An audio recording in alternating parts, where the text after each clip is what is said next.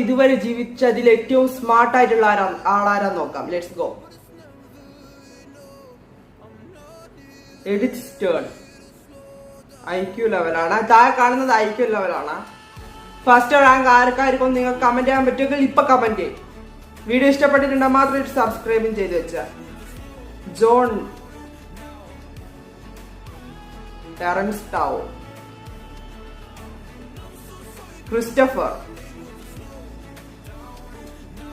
Merlin 228 IQ, Nikola Tesla 235 IQ, Williams 250 IQ.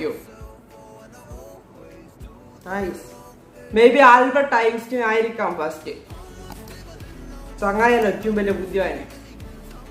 അല്ലെങ്കിൽ newton ആയിരിക്കും, Einstein തന്നെയായിരിക്കും. കാൾ